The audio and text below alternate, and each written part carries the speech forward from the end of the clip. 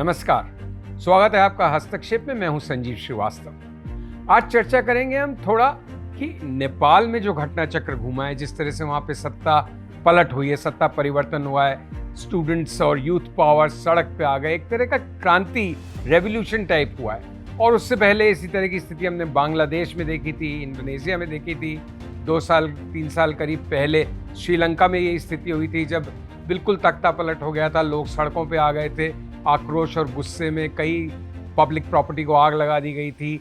जो बड़े नेता थे सर्वोच्च पदों पे बैठे हुए, जैसे नेपाल में हुआ है, उनकी पिटाई हुई, मारपीट हुई, उनके घर जलाए गए, उनके रिश्तेदारों और परिजनों के साथ भी दुर्व्यवहार हुआ।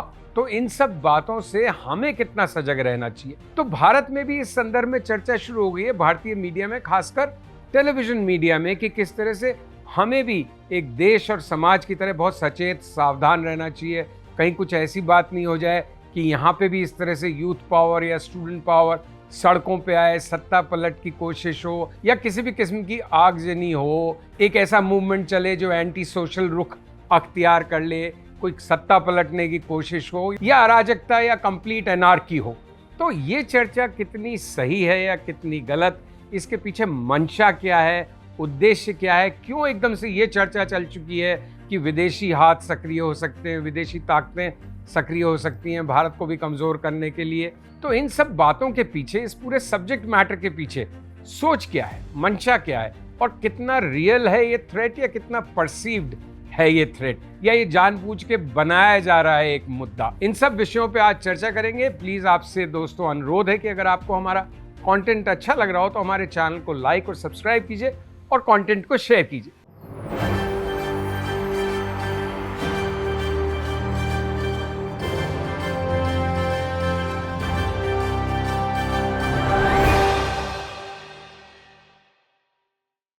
तो आज की बात मैं बहुत संक्षिप्त में रखूंगा अपनी, कि देखिए मुद्दा क्या है कि जिस तरह से कई देशों में पिछले कुछ वर्षों में यूथ पावर सड़क पर आया और उसने तख्ता पलटा है, कू किया एक तरह से। जो सत्ताधीश लोग थे उनको सड़क पे दौड़ा दौड़ा के पीटा गया है, उनको हटाया गया है, और एक उसकी वजह से खास किस्म की एनार्की भी हुई है। बांग्लादेश सबसे रीसेंट एग्जाम्पल है। वहाँ पे किस तरह से एक स्टूडेंट मूवमेंट चला और अब इस्लामिक ताकतें सत्ता में हैं, वो काफ़ी रेलेवेंट है वहाँ। एक अमेरिका का पिट्ठू वहाँ पे सरकार चला रहा है, यूनुस परवेज। तो ये सारी बातों से हमें क्या मैसेज लेना चाहिए, हमारे लिए क्या संदेश है या हमारे लिए क्या सीख है, ये है आज का विषय। तो नेपाल में हुए सत्ता पलट को देखते हुए अब भारत में मीडिया में ये चर्चा शुरू हो गई है, खासकर टेलीविजन मीडिया में, कि क्या इस तरह की घटना कभी भारत में हो सकती है। क्या भारत में ऑपोजिशन और स्ट्रीट प्रोटेस्ट को इतनी स्पेस मिलनी चाहिए?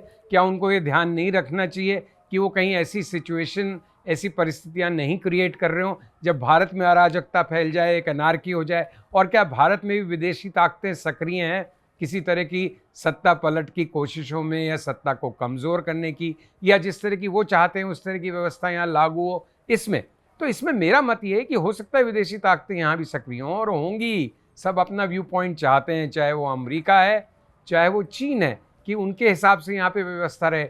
लेकिन भारत इतना विशाल, इतना बड़ा, इतना diverse, we are such a huge country, कि वो शायद कभी संभव हो ही नहीं सकते उनके इस तरह के मंसूबे। और जहाँ तक media, Indian television media opposition को टारगेट कर रहा है, वो तो मैं समझता हूँ कि बहुत ही ज़्यादा एक बिना बात ही चिंता पैदा करना, या एक चाय के प्याले में तूफान, या एक ऐसी जगह संकट देखना जहाँ है नहीं।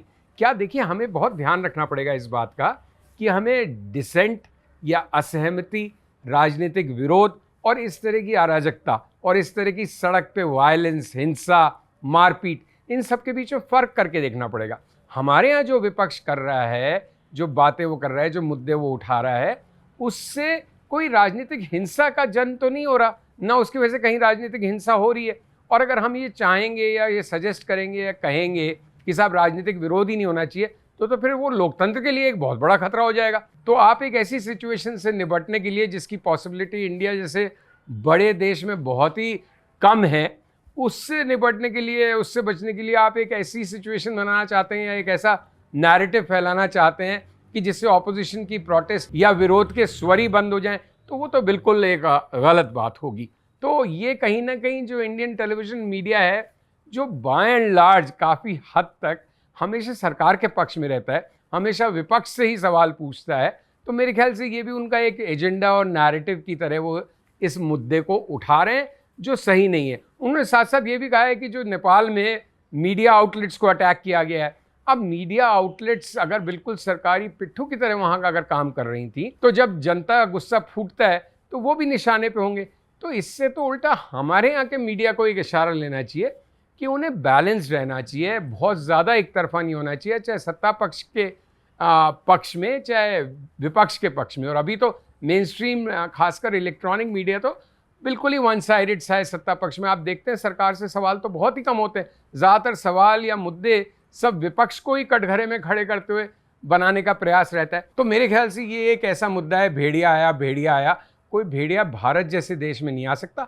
हाँ ऑफ कोर्स, और हमें कॉन्फिडेंस है हमारी सरकार पे, वो विदेशी ताकतें हैं, विदेशी एजेंसीज यहाँ पे इतनी कारगर साबित नहीं हो, सक्रिय काम नहीं कर पाए, उसके लिए उसको न्यूट्रलाइज करने के लिए हमारा सरकारी तंत्र और सरकार काफ़ी सक्षम है, और ऑपोजिशन को उनकी स्पेस दी जानी चाहिए।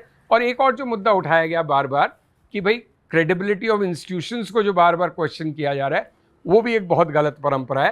तो उस पर मेरा कहना है कि हाँ गलत परंपरा है, लोगों का विश्वास रहना चाहिए हमारे इंस्टीट्यूशंस पे, लेकिन उसकी जिम्मेदारी सिर्फ विपक्ष की नहीं है, उसकी जिम्मेदारी इंस्टीट्यूशंस की भी है, उसकी जिम्मेदारी सरकार की भी है कि उनका बर्ताव और उनका बिहेवियर ऐसा होना चाहिए कि जनता का उनमें विश्वास रहे। तो मैं उम्मीद करता हूँ कि मेरी बात जो मैं कहना चाह रहा हूँ वो ये है कि नेपाल या बांग्लादेश या उससे पहले श्रीलंका या इंडोनेशिया में जो कुछ भी हुआ है वो शोभनीय है, शोचनीय है, और दुनिया भर के शासकों के लिए एक संकेत है कि इतना ज़्यादा एक तरफा या इतनी ज़्यादा मिसगवर्नेंस या इतना ज़्यादा भ्रष्टाचार नहीं करें कि जनता का गुस्सा इस तरह से सड़कों पे उबाल में आए।